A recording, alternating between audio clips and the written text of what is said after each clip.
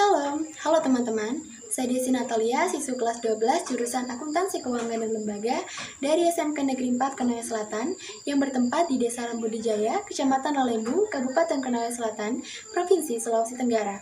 Nah, kali ini saya akan sedikit menjelaskan bagaimana tahapan-tahapan dalam mengerjakan transaksi entry jurnal. Semoga apa yang saya bahas nanti dapat membantu teman-teman sekalian. Namun sebelum itu jangan lupa like video ini ya. Selamat menonton. Nah, ini merupakan special journal dari UD Buana per Desember 2021. Special journal ini terdiri dari jurnal penerimaan kas, jurnal pengeluaran kas, jurnal pembelian, jurnal penjualan, jurnal umum, jurnal kas kecil, dan yang terakhir adalah kartu persediaan. Selain itu, ada juga neraca saldo per November 2021. Di sini berisi nama-nama akun beserta saldo pada bulan November. Data ini nantinya akan membantu kita dalam mengisi entry jurnal pada bulan Desember nanti. Mari kita ke dokumen transaksi pertama. Dokumen transaksi pertama merupakan bukti pengeluaran kas.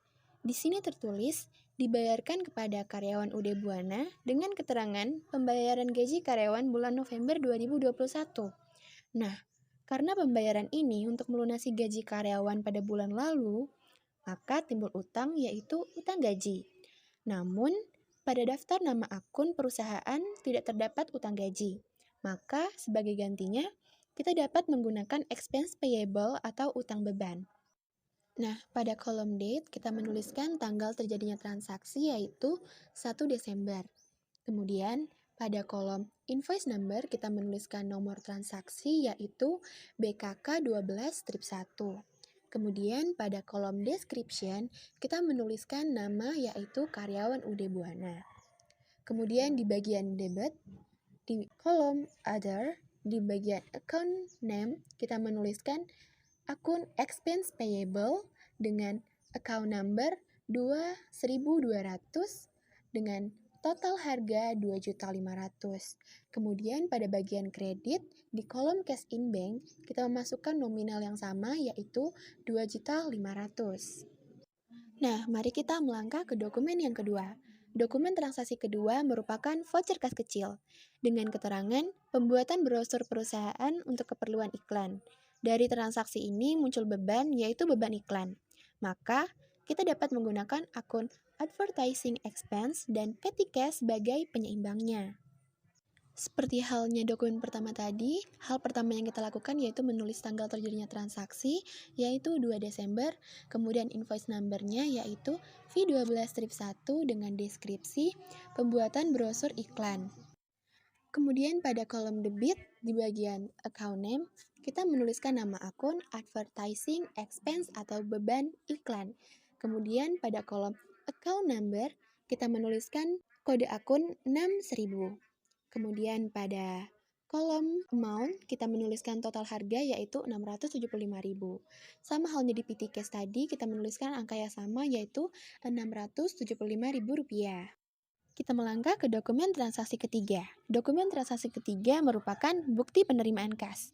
Di sini tertulis, diterima dari JBLX dengan keterangan pelunasan faktur F11-12 tertanggal 25 November 2021. Transaksi ini merupakan pelunasan atas piutang dari JBLX kepada UD Buana pada bulan November. UD Buana mempunyai termin N per 30. Jika pembayaran piutang lewat dari batas 30 hari, maka pihak customer akan mendapat denda sebesar 1% dari total keseluruhan piutang. Untuk dapat mengetahuinya, kita dapat melihat tanggal terjadinya piutang dan tanggal pelunasan piutang tersebut. Jika jarak antara tanggal terjadinya piutang dan tanggal pelunasan piutang tersebut tidak melebihi 30 hari, maka pihak customer tidak akan mendapatkan denda. Di sini, kita bisa lihat bahwa jarak antara timbulnya piutang dengan pelunasan piutang dari JBLX hanya berjarak 9 hari. Jadi, JBLX tidak mendapat denda keterlambatan. Pada kolom date, kita menuliskan tanggal 3 Desember, kemudian pada kolom invoice number, kita menuliskan nomor transaksi yaitu BKM 12-1. Dan pada kolom description, kita menuliskan nama dari customer yaitu JBLX. Dan pada kolom debit, di bagian cash in bank kita menuliskan nominal piutang yang telah dilunaskan, yaitu sejumlah Rp34.100.000. Dan pada kolom kredit, di bagian account receivable, kita menuliskan nominal yang sama, yaitu Rp34.100.000. Kita melangkah ke dokumen transaksi yang keempat. Dokumen transaksi keempat merupakan voucher kas kecil dengan keterangan pembayaran rekening listrik dan rekening telepon bulan November 2021. Karena pembayaran ini untuk melunasi beban pada bulan November, maka timbul utang. Karena di daftar nama akun tidak terdapat hutang listrik dan telepon, maka kita dapat menggunakan expense payable atau hutang beban. Pada kolom date, kita menuliskan tanggal terjadinya transaksi, yaitu tanggal 4 Desember. Kemudian pada kolom invoice number, kita menuliskan nomor transaksi, yaitu V12-2. Kemudian pada kolom description, kita menuliskan keterangan transaksi, yaitu pembayaran telepon dan listrik bulan November. Di kolom debit, di bagian account name, kita menuliskan akun expense payable dengan account number 2.200 dengan total harga sebesar Rp975.000. Kemudian di bagian kredit di kolom petty cash kita memasukkan harga yang sama, yaitu Rp975.000. Selanjutnya adalah dokumen transaksi yang kelima. Dokumen transaksi yang kelima adalah faktur penjualan. Kita dapat mengetahuinya dari kop transaksi. Jika kopnya tertulis nama perusahaan UD Buana, maka itu merupakan faktur penjualan. Selain itu, kita juga bisa melihat pada bagian kop sebelah kanan. Jika terdapat tanda kopi, maka itu merupakan faktur penjualan. Di sini tertulis kepada Digital Alex dengan jumlah barang yang dibeli sebanyak 16 unit yang terdiri dari 9 unit HP Pavilion 14 dan 7 unit Dell Inspiron 15. Dengan akumulasi total piutang sebesar Rp286 juta. Tahapan dalam mengisi entry jurnal ini dimulai dari jurnal penjualan untuk mencatat transaksi penjualan, kemudian kartu persediaan untuk mencatat jumlah barang yang keluar, dan yang terakhir adalah jurnal umum untuk mencatat HPP. Tahapan pertama adalah mengisi jurnal penjualan. Pada kolom date kita menuliskan tanggal terjadinya transaksi, yaitu 6 Desember, kemudian pada kolom invoice number kita menuliskan F12-1, dan pada kolom description kita menuliskan nama customer, yaitu Digital Alex. Dan pada kolom debit di bagian account receivable kita menuliskan jumlah piutang yang terjadi sebesar Rp286 juta. Dan pada kolom kredit di bagian sales kita menuliskan total harga barang yang dibeli, yaitu sebesar Rp260 juta. Dan pada kolom fade out, kita menuliskan total PPN yang keluar sebesar Rp26 juta. Kemudian tahapan yang kedua adalah mengisi kartu persediaan. Pada tabel HP Pavilion, kita menuliskan tanggal 6, kemudian invoice number F12-1, dengan kolom description kita tuliskan penjualan. Kemudian pada kolom out, di bagian kuantitas, kita masukkan kuantitas barang yang dibeli, yaitu sebesar 9 unit, dengan harga per unitnya adalah Rp16 juta. Kemudian pada kolom amount, kita menuliskan total harga barang yang telah dibeli dengan cara mengalihkan kuantitas dikali dengan harga satuan barang dan didapat nominal Rp144 juta. Kemudian pada kolom balance kita menuliskan kuantitas barang yang tersisa dari 20 dikurangi 9 didapat sisa 11 barang dengan harga yang sama, yaitu 16 juta per unit, dan total barang dengan mengalihkan kuantitas 11 dikali dengan price 16 juta rupiah, maka didapat nominal 176 juta rupiah. Kemudian pada tabel Dell Inspiron 15, kita menuliskan tanggal, invoice number, dan description yang sama seperti HP Pavilion 14. Kemudian pada kolom out, kita menuliskan kuantitas barang yang keluar, yaitu sebanyak 7 unit dengan masing-masing harga, yaitu Rp12.500.000 per unitnya. Kemudian pada kolom amount atau total harga kita mengalihkan kuantitas dikali dengan harga satuan dan didapat Rp87.500.000. Dan pada kolom balance kita memasukkan sisa barang pada kuantitas, kemudian harga satuan, dan kita mengalihkan keduanya untuk mendapatkan total harga.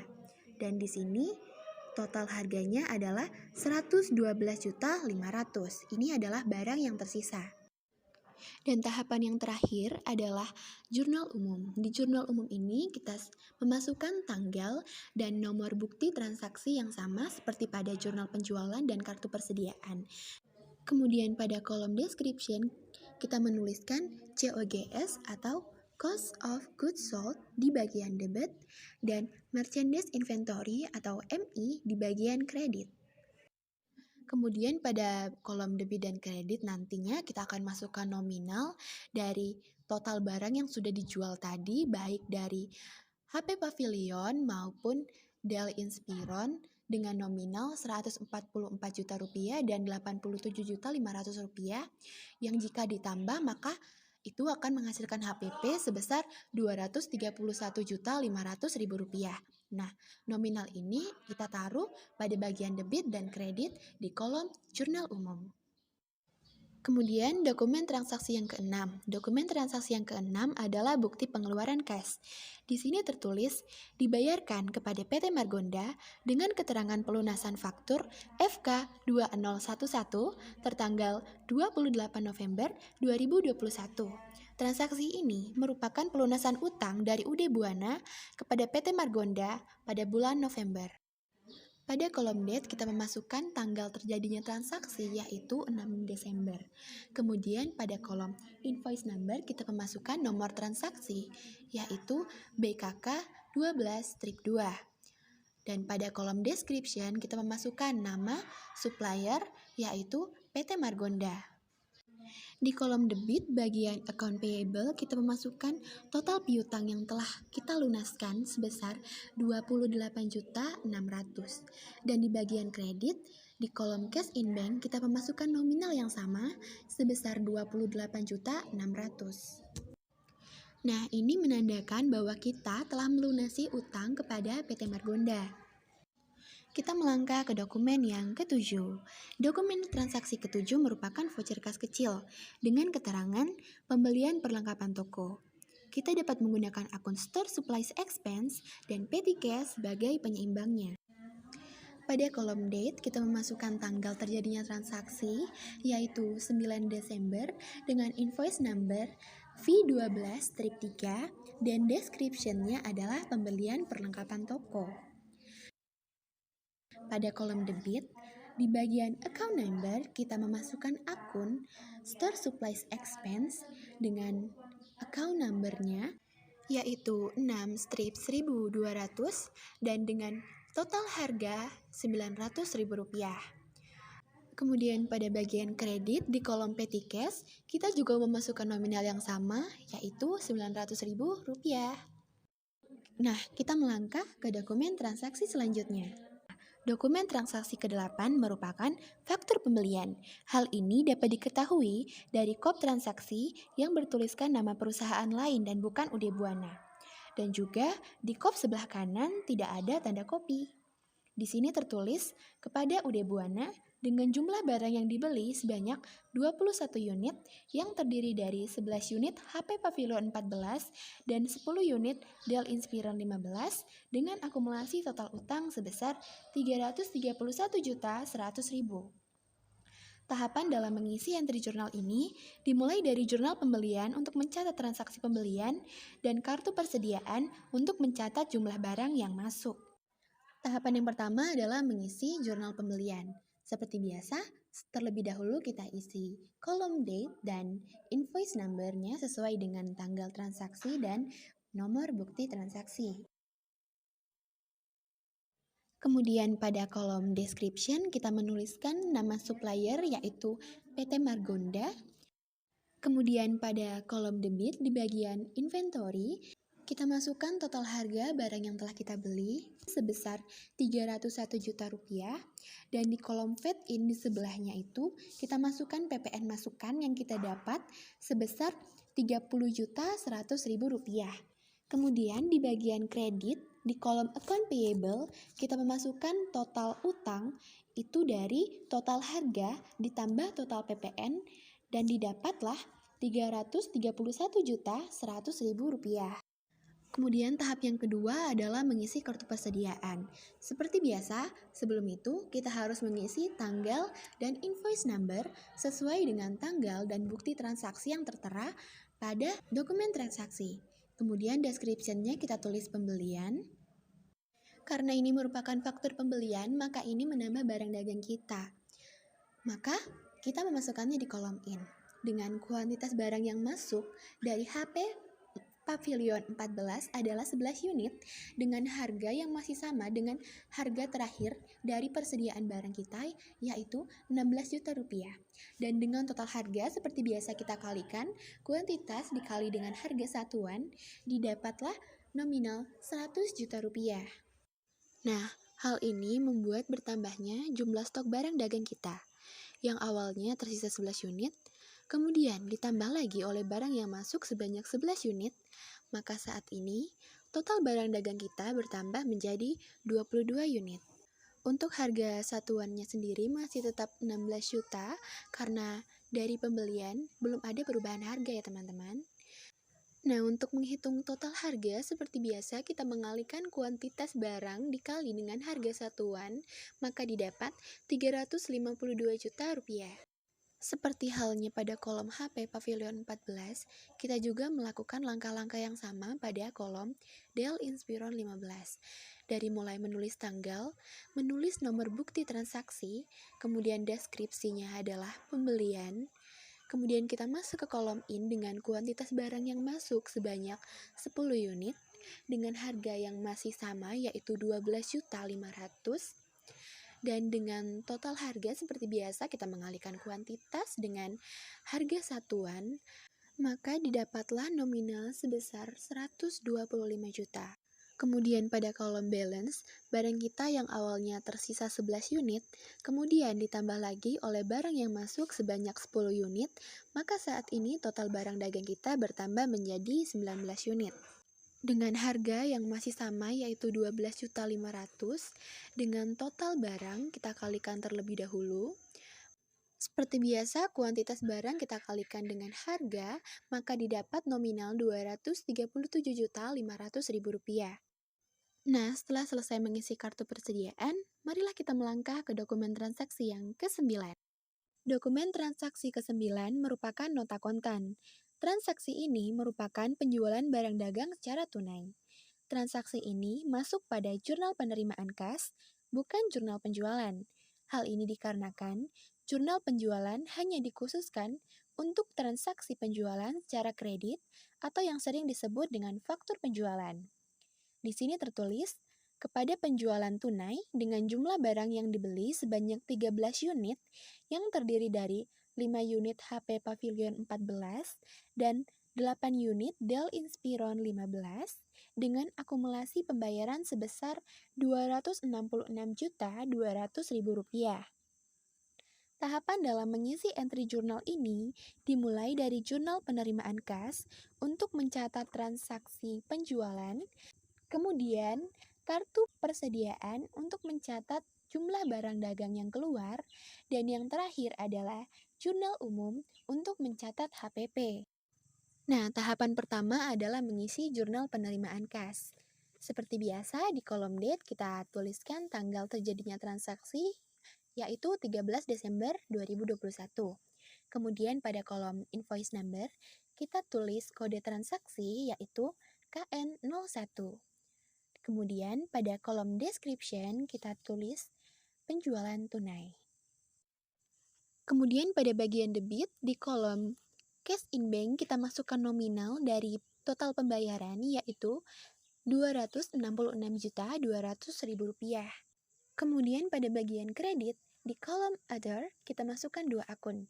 Yang pertama adalah sales dengan kode akun 4100 dengan nominal Rp242 juta dan yang kedua adalah fade out dengan kode akun 2.500 dengan total Rp24.200.000. Tahapan yang kedua adalah mengisi kartu persediaan. Untuk caranya sendiri itu sama saja seperti tadi kita mengisi faktur penjualan. Dari mulai menulis tanggal, dan memasukkan bukti transaksi. Untuk deskripsinya sendiri bisa kita tulis penjualan secara tunai ya. Karena ini merupakan bukti penjualan, maka kita bisa memasukkannya di kolom out. Pada kolom kuantitas, kita menuliskan jumlah barang yang keluar, yaitu HPP ada 5 unit, dengan harga yang sama yaitu 16 juta rupiah. Dengan total harga, seperti biasa, kuantitas, kita kalikan dengan harga satuan, sehingga didapatkan nominal 80 juta rupiah. Kemudian pada kolom balance, kuantitas barang dagang dari 22 kita kurangi 5, jadi tersisa 17 unit dengan harga satuan 16 juta rupiah. Dan dengan total harga seperti biasa, 17 unit kita kalikan dengan 16 juta rupiah, maka didapat total sebesar 272 juta rupiah. Kemudian kita juga melakukan hal yang sama pada kolom Dell Inspiron 15, di mana kita menuliskan tanggal, invoice number, dan deskripsi yang sama. Kemudian pada kolom out, di bagian kuantitas, kita menuliskan kuantitas barang yang keluar yaitu sebesar 8 unit dengan harga yang sama yaitu 12.500.000 dengan total harga seperti biasa kita kalikan terlebih dahulu kuantitas dikali dengan price, maka total harga yang didapat adalah sebesar 100 juta rupiah. Kemudian pada kolom balance, total barang dagang kita berkurang menjadi 11 unit dengan masing-masing harga yaitu 12.500.000 dan dengan total harga yang setelah kita kalikan maka mendapatkan nominal sebesar 137.500.000 rupiah. Dan tahapan yang ketiga adalah mengisi jurnal umum. Seperti pada faktur penjualan, kita mengisi tanggal dan nomor bukti yang sama. Kemudian deskripsinya juga sama.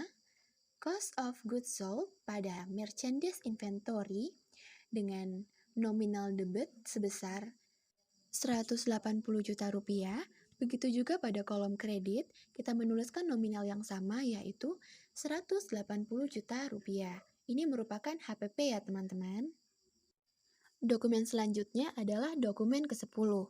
Dokumen transaksi ke-10 merupakan voucher kas kecil dengan keterangan perbaikan atap toko yang rusak. Kita dapat menggunakan akun Other Operational Expense atau beban operasi lain-lain dengan petty cash sebagai penyeimbangnya. Pada kolom date, kita tuliskan tanggal terjadinya transaksi yaitu tanggal 26 Desember dengan invoice number V12-4 dan deskripsi perbaikan atap toko. Pada kolom debit di bagian account name, bisa kita masukkan akun Other Operational Expense dengan kode 6.800 dan nominal Rp500.000. Begitu pula dengan bagian kredit. Di kolom petty cash, bisa kita masukkan nominal senilai Rp500.000. Mari kita melangkah ke dokumen transaksi yang terakhir. Dokumen transaksi yang terakhir merupakan bukti pengeluaran kas dengan keterangan pembayaran angsuran bulanan pinjaman jangka panjang atau loan dari Bank Mandiri ditambah bunga.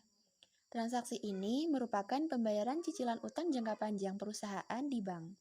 Transaksi ini masuk ke dalam jurnal pengeluaran kas dengan mendebit akun Bank Mandiri Loan serta interest expense dan mengkredit cash in bank. Pada kolom date, kita tuliskan tanggal transaksi yaitu 30 Desember 2021 dengan invoice number BKK 12-3. Nah, untuk kolom deskripsinya sendiri bisa kita tuliskan Bank Mandiri Cabang Jakarta ya. Kemudian untuk kolom debit, pada bagian Other, kita bisa masukkan dua akun. Yang pertama adalah Bank Mandiri Loan dengan kode 2.2100 dengan nominal 16 juta rupiah. Dan yang kedua adalah interest expense dengan kode 9.100 dengan nominal 3 juta rupiah. Untuk bagian kredit bisa kita masukkan pada kolom cash in bank nominal sebesar total pinjaman tadi 16 juta rupiah ditambah bunga 3 juta rupiah, maka didapat hasil 19 juta rupiah. Nah, itu tadi merupakan sedikit penjelasan bagaimana sih tahapan-tahapan dalam mengerjakan transaksi entry jurnal. Semoga apa yang saya jelaskan dan paparkan tadi bisa membantu teman-teman sekalian ya. Terima kasih kepada teman-teman sekalian yang sudah menonton video ini sampai akhir. Sampai jumpa. Dadah!